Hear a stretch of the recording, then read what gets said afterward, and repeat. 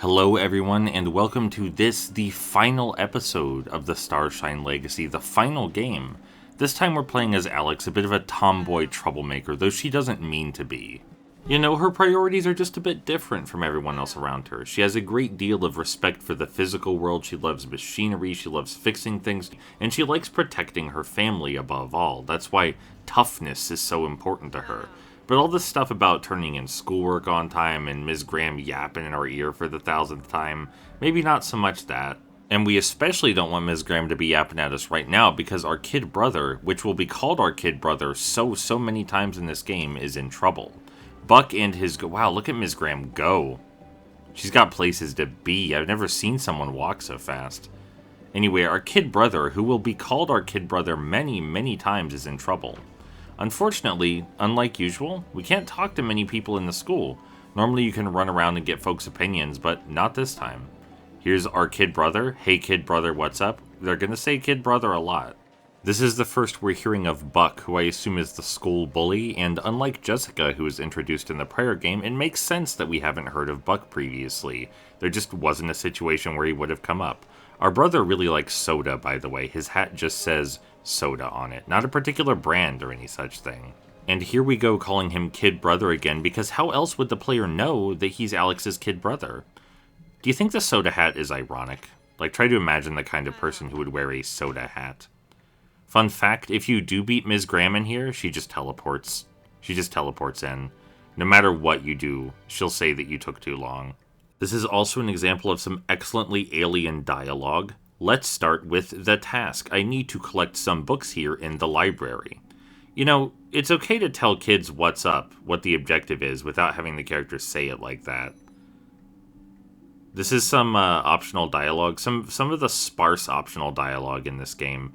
Alex gets the least optional dialogue out of all the characters. Normally there's plenty of NPCs to talk to. In general, despite some enhanced production value in a few places, this feels very rushed. And I assume that's because they really had to finish this up. This is the last game. So a lot of the times where you'd normally be able to explore or talk to folks or platform around a bit, there just isn't the opportunity for that. On the bright side, this one has the most interesting and unique gameplay in the series, though we'll see that when we get there. That was the last book I need for this task. Thank you, Alex. I totally believe your character would say those words in that way. And as we complete our task, as Alex put it, we'll find out more about the mysterious alien spaceship that crashed here.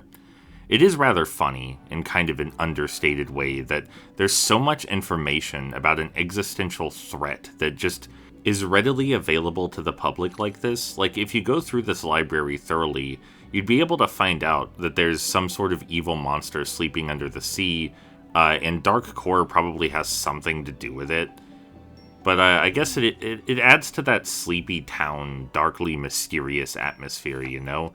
Like, sure, you could bother to unravel the mystery of Jorvik, but who's gonna do that? The janitor? The janitor runs around in a white t-shirt with plain black text that has the name of this town on it. I don't think he's up to the task. And when would he find the time anyway, what with him being the guy who registers new students and is the school security and he cleans the whole school? Adults will be of no use here. It is up to these 4 plucky girls to grasp their destiny and defeat the sinister Dark Core Corporation once and for all. I guess Mr. Herman helps, though. He's an adult. I mean, he kinda helps. He could do more, honestly. He could do more. Yellow, I'm prattling in the library. What's up?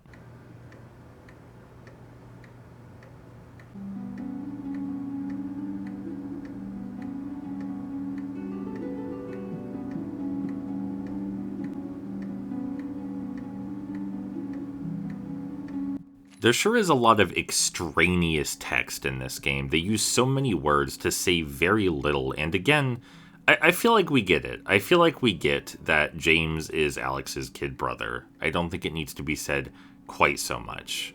If you compare the writing in this game with Mystery of the Soulriders, it becomes apparent that it's gotten a lot worse over time. Like, the character traits are all consistent between games, but the actual dialogue has taken a huge hit in believability. Alex arguably gets it the worst because in the first game she's really spunky and aggressive and headstrong, but they downplay that immensely and place more focus on her other traits, but those other traits were given better screen time in the first game as well. It's just hard not to pine over the lost opportunity, but I've been doing that in every game so far, really. It's just, when you're writing dialogue for a character, every single thing they say has the potential to teach the audience something new about them, and I don't know why you wouldn't want to exercise that potential. Like, you love these characters, right? These characters you've made? You should want the audience to know as much as possible about them, in as believable and heartfelt a fashion as you can muster. Anyway, here is Buck. Big fan of Buck's character design. Very traditional bully guy. I said this in the last game, but this one really focuses more on Alex and her struggle Oh, hello there, ma'am. Hi. Are you yet another new mean girl? Are you another new mean girl that everyone's going to act like they know even though you've never been mentioned previously? Let me guess, as soon as I'm done talking to Buck, you're going to call me a mean thing and challenge me to a horse race. Yep, there we go, calling me pathetic right on cue, and a horse race right on cue. Alright, Katya, is it? Katya's your name this time, not Sabine, not Jessica, another new mean girl, which everyone apparently already knew, even though we've never seen her before. Alright, game, it doesn't seem like we really have enough time left in the narrative to be introducing yet another mean girl, but if that's really what you want to do. Believe it or not, we did get a peek at Katya's face previously in the last game. She was on the Glamour number 5 poster, which raises some questions about the Glamour number 5 competition. It may also explain some things, but we'll never know. We'll never get the necessary context. We can't head downstairs right now because the janitor is blocking the way. We need to go and talk to James, who again is our kid brother, before we can proceed. Excuse me, Buck? I do want to bring up that I think all the character designs in this game series are absolutely killer, and I think they look perfect in a Saturday morning cartoon. I do believe the person who came up with these character designs was the concept artist and character designer for Drake from Drake of the 99 Dragons. You can thank my friend at Jacob's Pillow for that trivia. That's why all these characters look so oddly familiar to me, and I do desperately wish that Drake of the 99 Dragons and Starshine Legacy got more widespread appeal, because then maybe this guy's art style would also have gotten more widespread appeal. Anyway, just a normal day in the life of Alex. Someone threatened to beat up our brother, we threatened to beat him up, we got challenged to a horse race, and we have to finish this report, which we're doing because we blew up the principal's car. It's just the regular stuff she gets up to, which is what these first levels are for. They're to introduce you to the character, to their daily lives, to their struggles, and also to show you whatever new mean girl they came up with this time. Thankfully, this is the last new mean girl. This is the last game, so that's it. It's just Katya. No more surprises, unless they stuff another new mean girl in the back half of this one. But yeah, this level, a little bit light on substance. It doesn't teach us too many things we didn't learn before. We now know that Alex has a kid brother that she cares very dearly about protecting, but a lot of the dialogue with him is very repetitive. And Katya, she's pretty lacking in personality, really. She's certainly no Sabine. Sabine was the best mean girl, and I really wish they didn't just replace her with a parade of inferior substitutes. I don't understand why they did that. Maybe they felt compelled to give each protagonist their own antagonist, but it feels poorly thought out. The essence of creativity is rearranging existing media, existing properties into something new. You don't gotta make brand new characters all the time. Just find a use for what you got.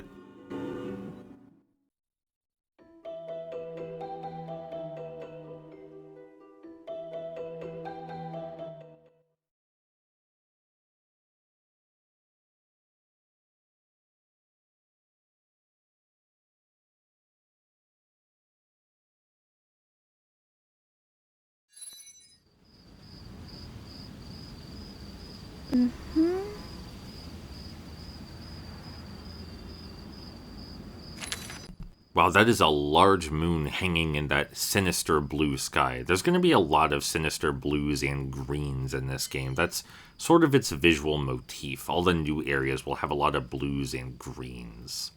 Anyway, we gotta go check out our Horsie and get into the Horsie race. But first, we have to pick up the stars around the stable, as is custom. And while we're doing this, now is the perfect time to show you those 2 fallen stars I missed in the last game. They should be on screen right now, and if they're not on screen right now, then I really goofed up. I don't always feel compelled to grab the optional collectibles, especially in a game like this, but there's something about the fallen stars here. Maybe it's because, they literally fall out of the sky that one time. Maybe it's because in this game, unlike all the others, the fallen stars have a mechanical purpose, but it just felt wrong to leave them hanging. These aren't your ordinary run-of-the-mill collectibles. They're fallen stars. It's just such a romantic premise. I had to pick them up. It feels like I'd be doing something spiritually incorrect by leaving them hanging. Regrettably, with this game, I actually, I was going to let this scene play by itself, but I actually can't think of too many situations where I'd want to show off an entire cutscene without any other stimulation going on, because, what, she's going to say something mean to us and we're going to race? Yeah, we've been through this before, and none of it's unique. There's nothing funny or charming or insightful about it. She won't win. I'm the best rider and Stalker is the fastest horse. The characters say things like that. That's the kind of dialogue we're dealing with.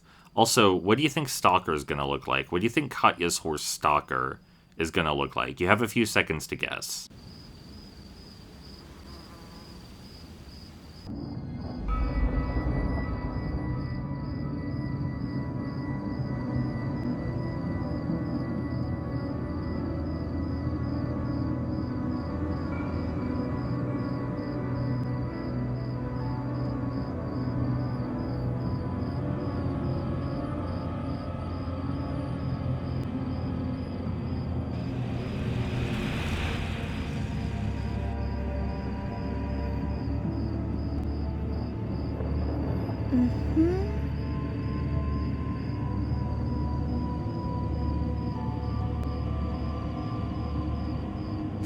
They really speedrun Tin Can's introduction in this game, and he gets the least personality out of all the horses. Also, this is Stalker. He looks exactly like Khan, Sabine's horse, because it's the same model.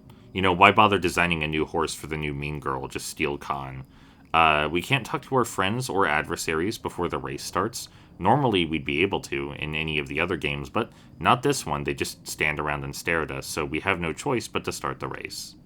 For what it's worth, I've said it before, I'll say it again, the atmosphere in this game is quite immaculate. They're always excellent about the atmosphere. I personally care the most about the writing, so I wish it were better, but if you're here for the visual style and the musical accompaniment, it's pretty stellar from end to end. We're actually going to let Katya go ahead and follow behind her because we want to see something she does, which is easy to miss. She's actually not a very challenging opponent. She rides very slowly. And to the game's credit, this is a fairly large new area they've developed just for this race. It's quite massive by this series standards. And the gold stars, or fallen stars, or whatever you wish to call them, not easy to find here. Not easy to find at all. Thankfully, we can get them on the way back, so we don't have to worry about doing it during the race. Though, as you'll see shortly, we wouldn't have to worry about the race anyway. Even if we were quite bad at the game, we wouldn't have to worry about the race. Do you think this place looks ghastly? I don't use the word ghastly very much, but I think that probably fits here best. It's a very ghastly place. Quite ghoulish.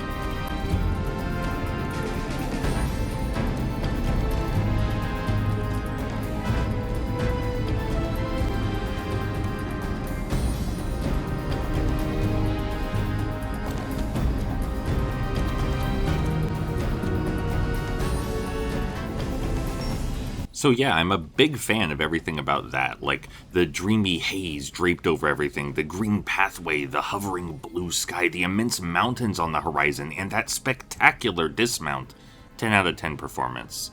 You may have noticed back there that Katya took a hard left, and that's because she had other business to attend to, perhaps some cheatery business, as Alex will say shortly. Yeah, here she goes. And that is why it was not possible to lose this race, and it's useless to worry about losing this race. Katya just takes a left and disappears from the map.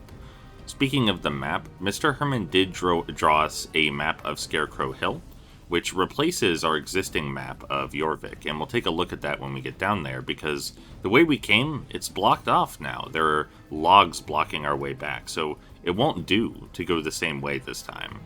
It is quite the curious thing that these games are so generally lacking in polish and detail, but in some particular areas they have them in spades. Like, right here, where do I go with this fork? Oh man. We can look at the map, and there's the actual map of Scarecrow Hill that Mr. Herman drew, pasted atop our regular map. Like, that's some incredible consideration. Anyway, thanks to Mr. Herman's map, we now know which way to go to get back. It looks like we're going to have to cut through some industrial-looking place on the way there, which isn't too pleasant.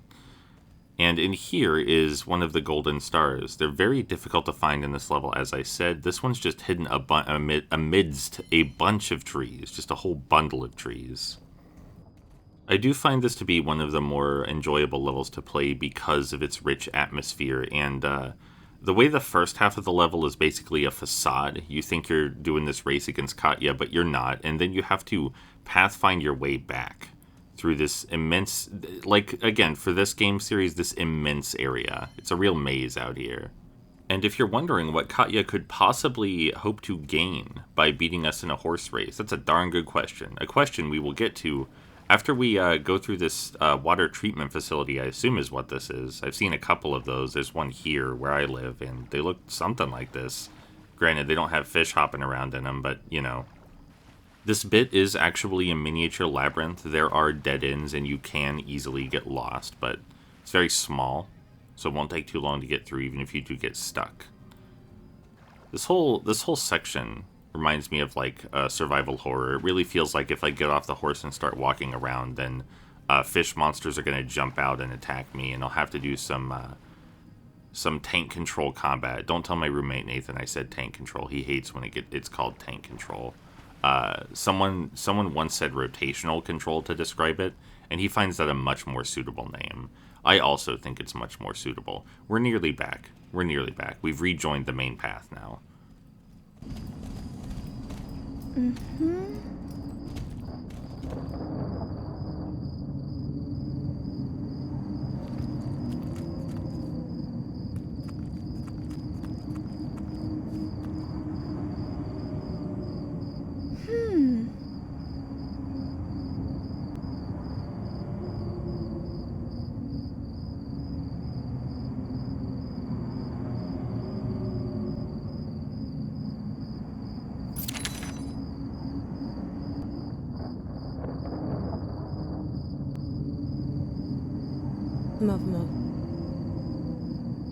Mama.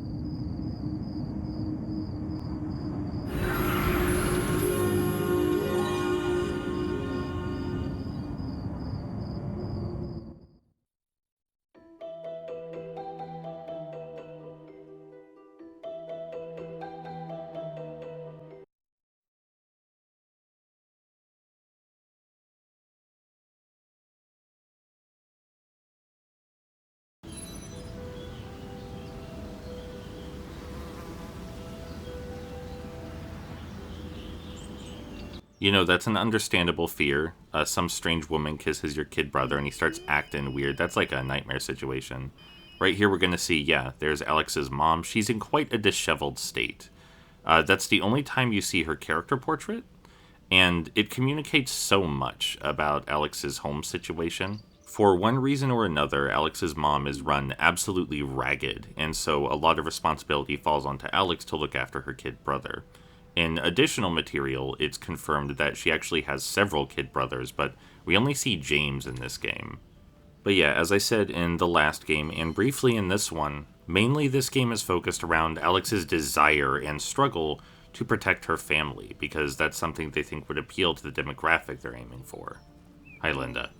And the situation itself is good at creating tension. Katya kissed our brother, and now our brother has gone missing. That's absolutely horrifying.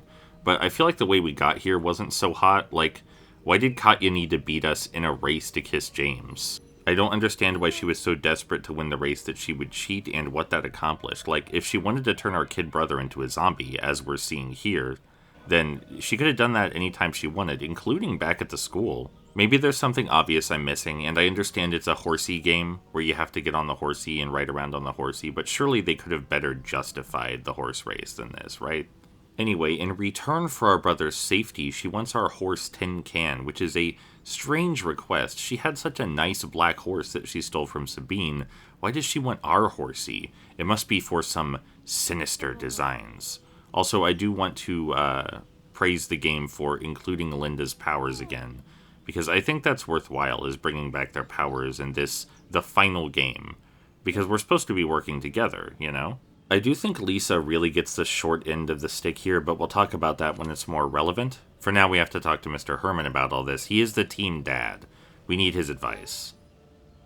Mr. Herman, please, my kid brother, who I should mention is my kid brother, has been kidnapped by Katya, and she wants to steal my Horsie. What must I do in these trying times? Do we, call the police? Do I phone up Katya's parents? Does anyone know who Katya's parents are? Surely there's something that, we have to go to the glade in the woods and meet Fripp? Alright, I thought maybe we would get the authorities involved, but I understand. These are, I get it. These are mystical matters. Got it. Understood. The grand call to destiny, the magical responsibility to defend Jorvik. I gotcha. And here we are again? You must remember this place from the prior 3 times that we were here. One time we did some platforming around here, and unfortunately behind us there is a void, so even if we wanted to resist the call of the hero, we would be unable. There is only forward. And as levels go, this really isn't much of one. We're going to just ride up there and talk to Fripp and get our powers, and then use our powers a couple of times, but what's upcoming is perhaps the lore dump. You might have thought, in the previous game we got some pretty juicy lore, but that's just scratching the surface. Again, this game series is really obsessed with complexity. It wants to be a complex fantasy narrative, and they're going to pile on the complexity here. And I'm not going to say it doesn't make sense or anything. Is it needlessly convoluted in several spots? Sure, but it all checks out. You just have to be paying some incredible attention, which makes it extra weird that the writing is so juvenile in so many places. If you're going to force your audience to pay so much attention to understand everything, then surely you can also write more thoughtful dialogue for the characters. But I'm rambling. We're here. It's time for the lore.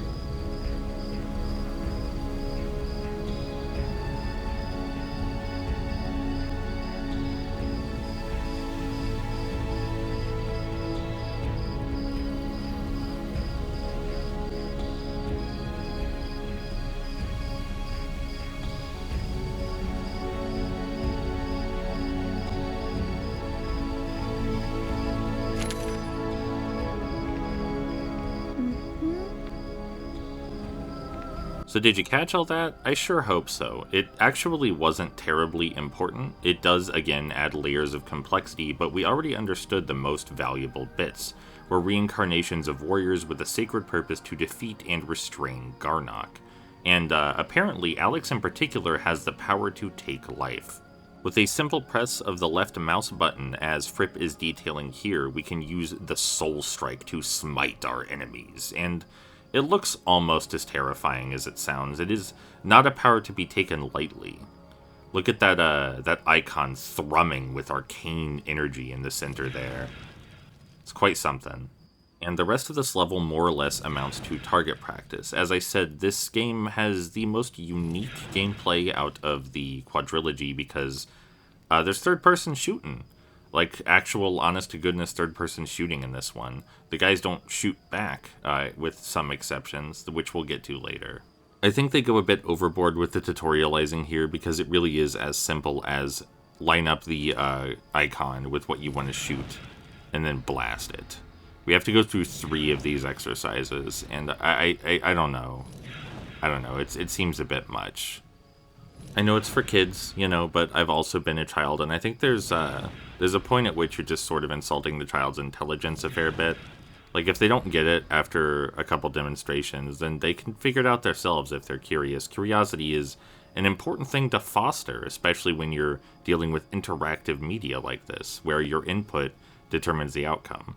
You know, that's one of the things that are so cool about video games, is that there's no stakes. You can play as much as you want, practice as much as you want, and the consequences for failure are just that, you know, you have to make your inputs better, you have to hone them.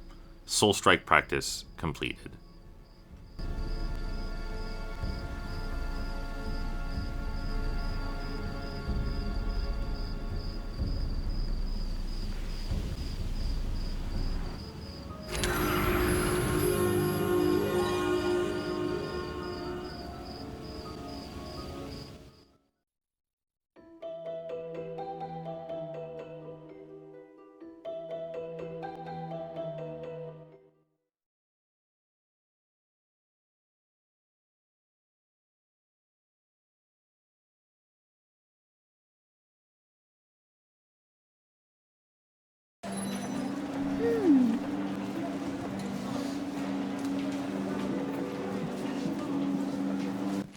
You know, Alex, given what we learned in the first game, maybe leaving Tin Can outside to wait for you isn't the best call. I'm not sure there's anywhere that's safe for your horses, honestly, especially since Katya, you know, outright stated her intent to steal your Horsie. Anyway, it seems like Dark Core goons stole so many of Linda's books, and we have to get them back. I don't really know why. I don't know how much more we could possibly need to know about Dark Core Garnok and our duties as Soulriders, but if those books are really, really important, I guess we'll get them. I feel like now would be a good time, of all times, to give some characterization to Tin Can, you know, have him state his feelings on the matter, but they don't, and whenever he does say something, it's practically nothing. He gets the least characterization out of all the horses, which is a shame, because his design is my favorite. In a prior game, they go out of their way to say he looks powerful and surreal, and it's like, oh cool, I wonder what Tin Can's personality is going to be like, and they just drop the ball really hard. He's very underdeveloped, in a game series already full of underdeveloped characters.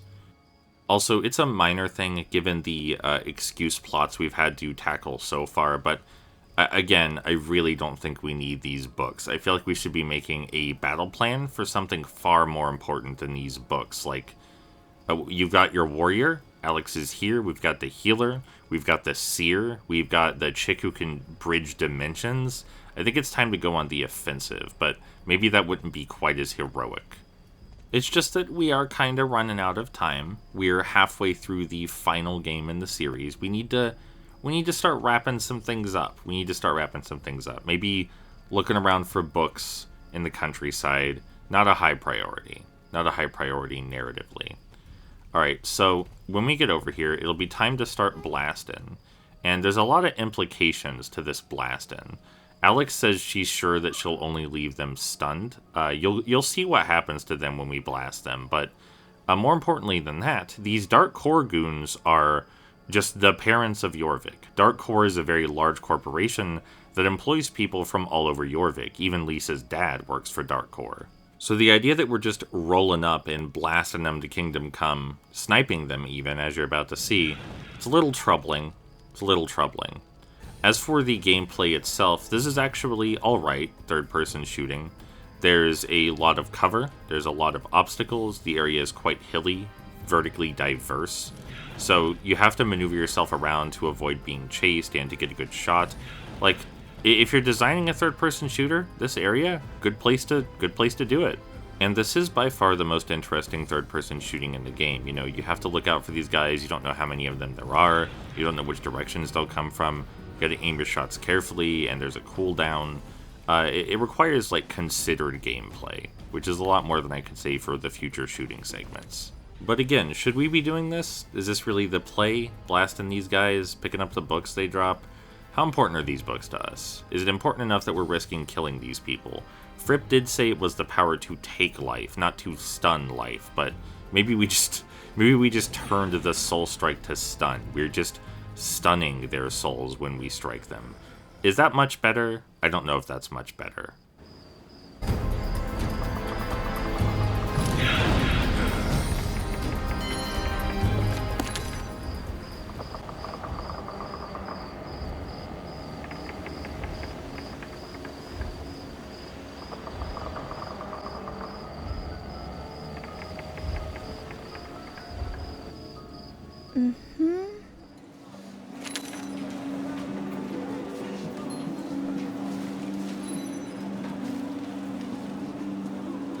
Normal.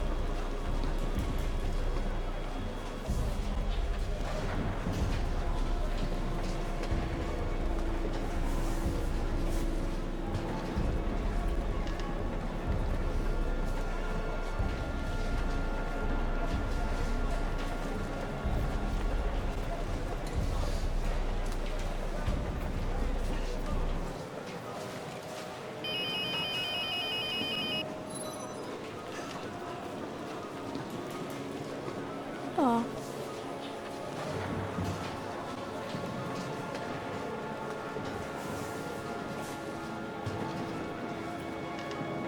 So?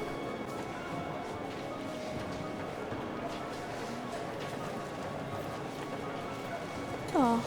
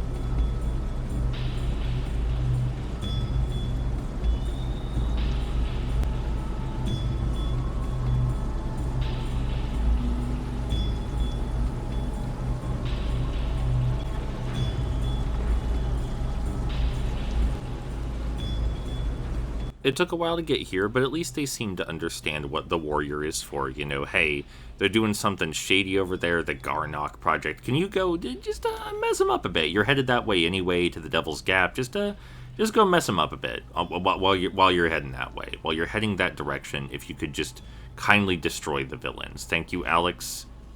You're 1 in a million. So yes, we will be doing quite a bit of blasting again, and if I understood that prior cutscene properly, Lisa's dad was reassigned to work here. Hopefully we don't blast her dad, but that's not something they seem interested in bringing up as a moral conflict. I mean, it makes sense, you know, Dark Core needs people to work for it. Yarvik has a lot of parents in need of jobs, but you figure the protagonists would have some trouble with Alex going around soul-striking random Dark Core goons, specifically because they're just wearing a generic outfit. You don't know who's behind those goggles. Anyway, as levels go, particularly in this game, this one's not bad. There are multiple areas to explore, you have to use some genuine problem solving, but the third-person shooting is a lot less interesting because all the bad guys are on a flat plane, and it's very easy to just obtain the high ground. As you'll see, we'll just walk over here and have a clear vantage point on them. So it's not nearly as interesting. There's no way that these guys are going to surprise you, and they're easy to take out because they run in a straight line at you. There's no obstacles for them or you to maneuver around. It does bear saying yet again, the atmosphere is immaculate. We've got that big light shining down on that otherwise dull gray platform, which makes it seem all the darker for the contrast. We've got the endless ocean, and the skybox it's as always incredibly beautiful. After we blast these guys, not kill them, stun them, after we stun their souls, we will obtain a key card, which we can use to get to the interior and fight even more goons, because that's what we do. That's what we do. Hopefully, if these guys are indeed simply stunned, Lisa can come through and fix them up later. Maybe that's how it works. If we remember to come fix them. Do you get the impression that both the protagonists and villains are just sort of stumbling their way through this narrative?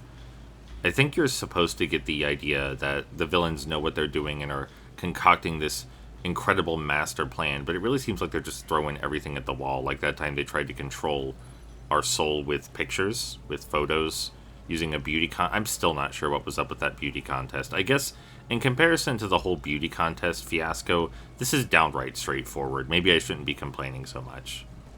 Like, sure, the narrative is over-explaining itself, and I don't actually understand what the villains are thinking or why they're doing what they're doing, and they seem incredibly underprepared for Alex's soul strike powers, even though apparently we're reincarnations, and this has happened several times previously, but at least we're not collecting super solar cell batteries. At least we're not doing that.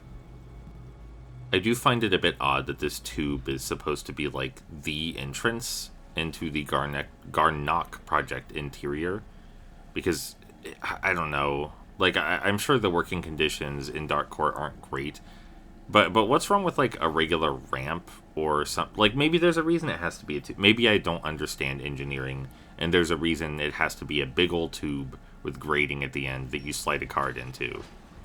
The dialogue here will imply multiple times that this is supposed to be a sneaking mission, but indeed, we can just walk around all we want, trigger some cutscenes, and then start shooting guys as ever.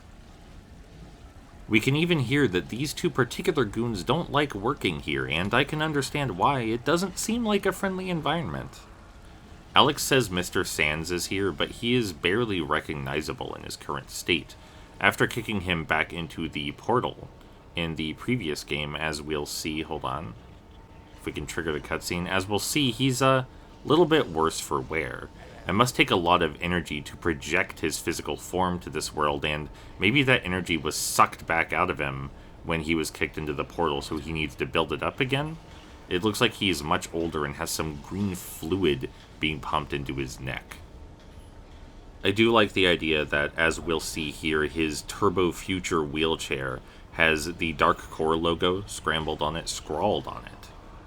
If you're going to come back as a zombie with a hideous facial deformation and a green eye, and you're going to ramble about how these books in your possession are the only way that Alex can stop you, you might as well do it in style. You might as well put your brand on it. Like, maybe it would have been better if he didn't say out loud that he has a magical tome in his possession that would allow us to defeat him and his generals. But if he's gonna spill the plot like that, at least he's doing it his way. You know, he owns it. If you do have, like, a sacred book that tells your enemies how to defeat you, are you not allowed to, like, burn it or hide it or whatever? I don't understand why it has to be out here on a pedestal. Was he planning to put it in this green goo, or is this green goo, like, essential to resurrecting Garnok? We'll never know. We'll never know such things, because we've soul-struck him, and now he is stunned, and now we will leave and go rescue our kid brother, who, again, is our kid brother. You do not want the audience to forget that critical information about Alex, that critical information being, again, that she has a kid brother, who we must rescue because we care a lot about our kid brother.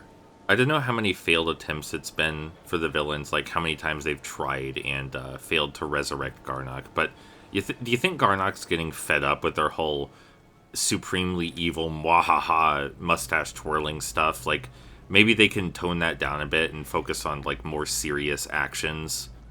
Or hey, maybe it's the other way. Maybe they started out super serious, but after a while, you just start to get delirious from losing so many times, and it turns more cartoonish as you go on.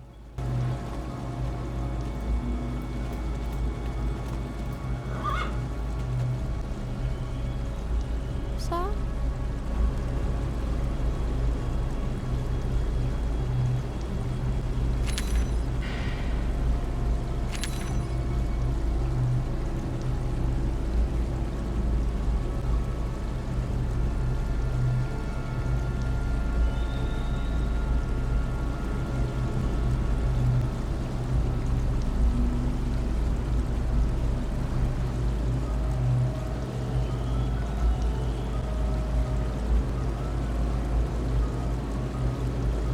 Oh.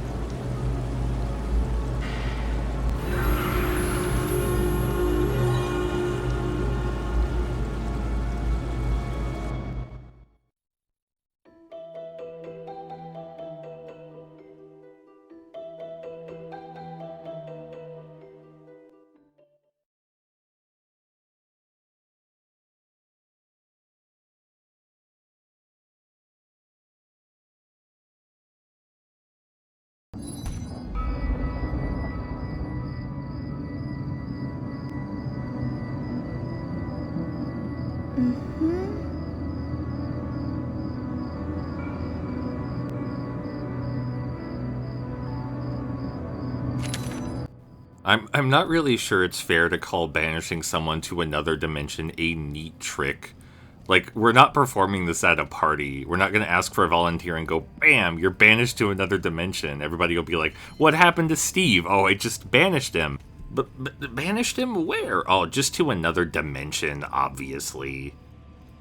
You could, of course, argue that the irreverence is intentional and it's meant to teach us more about Alex's character, but you've been reading her dialogue this entire game.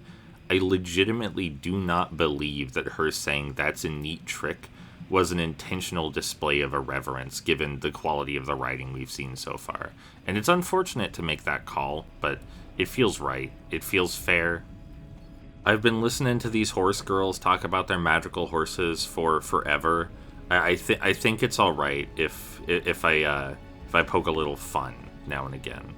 Anyway, this level, the Devil's Gap, has some reasonably harrowing platforming and tight turns, but it's really nothing compared to the chase with Sabine at the end of the first game, which is a shame because this is the big finale, really, this level. Don't get me wrong, there's more after this, but as far as gameplay is concerned, this is like the final level, the final boss of the game, really. At least we've got that lovely deep blue to look at. Look at that gorgeous panning shot. I do appreciate in an ironic but also completely unironic way that Starshine Legacy is determined to introduce wacky plot elements up till the very end, up to and including banishing Garnok's generals to another dimension using a set of rules that even evil people have to follow. For some reason, it's not enough to just beat someone and then you win and then it's over. We have to add layers of complexity to that as well. It just speaks to Starshine Legacy's underlying desires. Again, the demographical pandering, the complexity, and the very last concern, the emotional depth, of which this game may have the least. It may have the least emotional depth of the entire series. And that's a shame because the potential is here. This is an incredibly personal story when you look at the components. It just doesn't feel that way. They say kid brother a whole lot, but other than that, it doesn't feel like they work for the connection or portray the characters with any sort of intensity. It really feels like this set piece, this beautiful blue landscape deserves more, this climb to the top of the Devil's Gap where we face down Katya to rescue our brother from her clutches. Again, Buck's character design, absolutely killer. I bet Buck would make a great enemy in Drake of the 99 Dragons. For some reason, before challenging Katya, we threaten her and she threatens us back. I don't know if that's just, proper etiquette. If you can't challenge someone to a battle before you just have a little hissy fight with them. And for some reason, Tin Can plays along. He's like, oh, if giving me up is the only way. No, it's not the only way. We just read about books that enable us to get around this incredible loophole. Because for some reason, we can't just fight her. We have to have a magical reason to fight her. But maybe this is all in the codes of Pandoria. I didn't actually read it. Anyway, Katya demands that Buck fight us in her stead, which honestly isn't that weird. Buck's the bruiser. It's not that strange to appoint someone to fight for you if you're not up for dueling.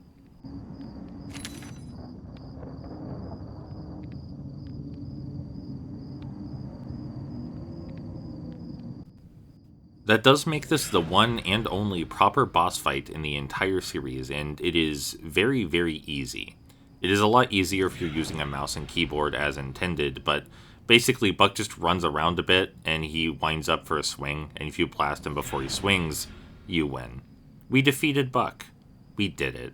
Can we have our kid brother and our victory now, please? You alright, Buck?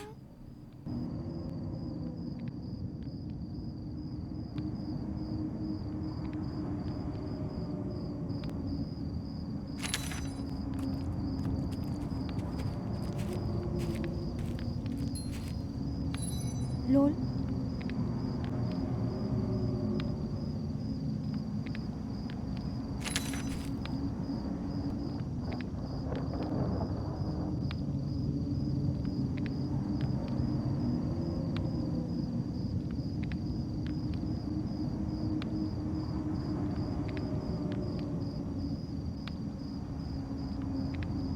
Ja.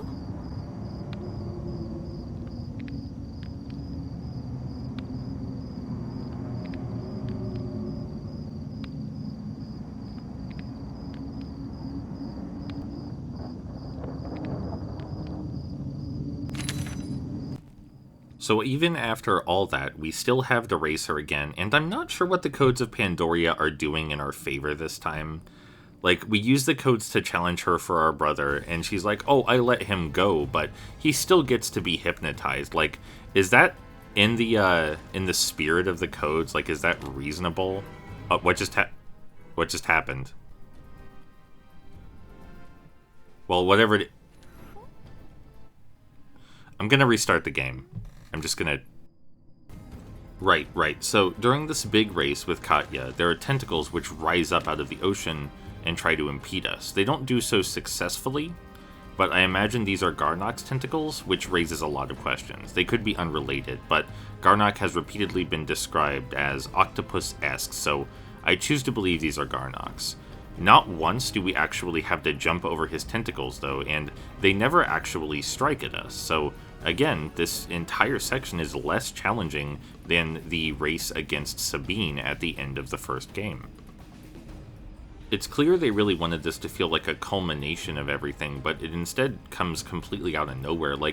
We have no reason to believe Garnok was anywhere near being resurrected, so even though these tentacles are a very cool set piece, it feels completely unearned. Also, the race is just pitifully easy. But maybe it had to be this way. Maybe the tentacles caused the game to crash and stick Alex in a blue void. Maybe that's why they can't interact with her. Maybe that's what happened back there. Who knows? Who can say? Either way, I find it very funny and comically Starshine Legacy that we tried to use the codes to challenge her. She found a loophole in the codes where our brother can still be hypnotized, and then we had to use the codes to challenge her a second time? I don't really get what happened. Again, maybe I'm not a professional Pandorian like these folks are, but it really feels like we could have just fought her and got it over with. Like, we could have just fought Buck, raced her, and we didn't need to go through all this Codes of Pandoria nonsense.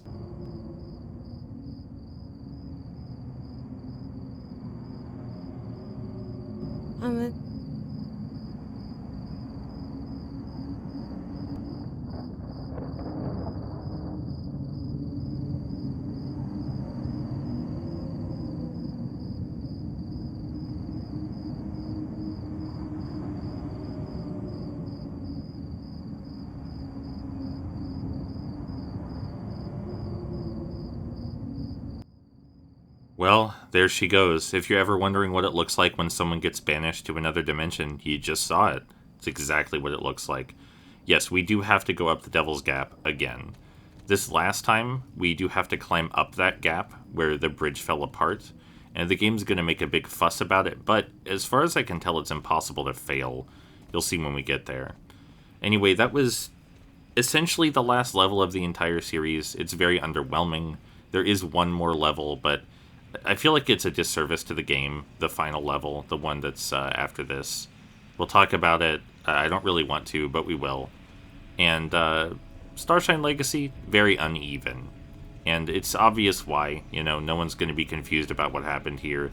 They wanted to pander to 4 distinct demographics, and that was the central focus of each chapter, so a lot of other things went by the wayside, like consistency in the narrative. It doesn't help that the narrative is overly complex by design. Anytime something could be done simply, it isn't. Starshine Legacy looks at the golden rule, keep it simple, and says, no thanks. I would like for it to be as unsimple as possible, please. That would be optimal. And it's not like the complexity does anything for the game's themes or the characterization or anything like that, so it's just complex for complexity's sake. Anyway, this section where you're balancing on the thin beam of wood, completely impossible to fail as near as I can tell. You just hold up and he glues himself to it. So back there, Katya said, their plans have progressed too far now. Nothing can stop the revival of Garnok. Do you think you'll be able to guess what they meant by that? What plans, do you reckon, have progressed too far? I'll let you ponder that as we race back to James, who is our kid brother. I cannot stress enough, we're going to rescue our kid brother.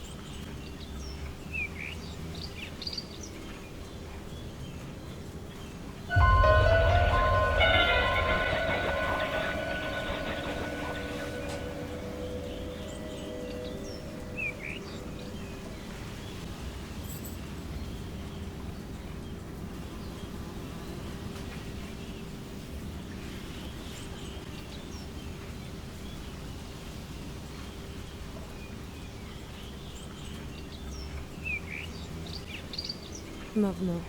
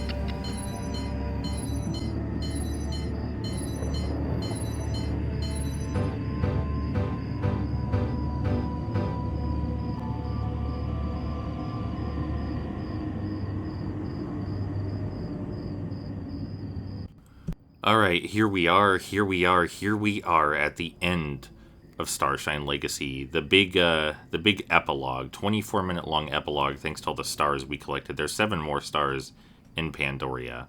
We're going as Lisa first because she was the first character. And as I said earlier, I feel like they really could have done Lisa a lot better. And Starshine, for that matter. The game is called the Starshine Legacy. Starshine barely appears in it, and you get the impression he was meant to be a much larger character, not just because of the title, but because of how he's treated in the first game. Same with Lisa. You know, Lisa's the red light of life. She's the healer, and her powers get used only in the first game. They're used briefly in the third game, but not effectively. And it's not like there's no place for her healing powers. Like, she could have tried her healing powers on James, for example, but I guess we can't have that. Also, this is like they're all heading into Pandoria to prevent Garnok from being resurrected because there are magical seals that are sucking their power or something. I checked out a bit, but you figure they'd have something unique or special to say which reflects their character. Like, maybe Lisa could be like, man, I was in Jorvik I came here just a short while ago, but it feels like my life is completely changed. But she doesn't really do any introspecting. None of the characters do. They're just like, all right, last level of the game, let's go. Come on, last level. We are taking the long way around right now to pick up the golden stars because we do have to get them all, of course. They add extra time, which is useful, but I just want them because we've collected all of them so far. It'd be a shame not to get these too. But yeah, now's the time to reiterate, I do deeply love this game series, and I find all of its flaws incredibly charming, and I wouldn't change anything about it. But I do think, of course, there are flaws, and there's a lot of things that could be done much better. We've discussed already the series has an obsession with complexity to its detriment. Everything is needlessly convoluted. There's almost no consistency in the writing because the demographical pandering, it takes the forefront. It's the biggest defining factor in Starshine Legacy. Every time there's a choice to make between pandering and a sensible narrative, Starshine Legacy picks pandering every time, 100% of the time. It's startlingly consistent, and it feels like all the things that are really good about Starshine Legacy exist by incident because, you know, humans are naturally creative. They want to make works of beauty, and there is a lot of beauty in Starshine Legacy still. There is a surprising focus on spirituality about the bond between a rider and the horse at the soul, and the few moments of character depth which do present themselves are worth celebrating, even if they don't get explored nearly as well as they should be, with this final section being an excellent example of that. You know, in this level, you're saying goodbye to the characters. This is the farewell salute to Starshine Legacy, but it feels more like a fart. It's not like the level design itself is bad, but everything surrounding it is so comical, and again, up until the very, very end, they keep introducing new plot elements. They did briefly mention these seals in the previous game, but not to the capacity that you'd ever be able to guess that this was coming. So yeah, it's not a great note to end the series on, but it is what it is. After Lisa destroys her seal, we're going to cut ahead a bit because the whole level's basically just this over and over. And then you're going to get to watch the ending. I'll play a little bit of the bonus level, and that's it. That's a wrap on Starshine Legacy, which is a wonderful, strange, questionable horse game. It has questionable quality, much like this developer's other titles, quite honestly.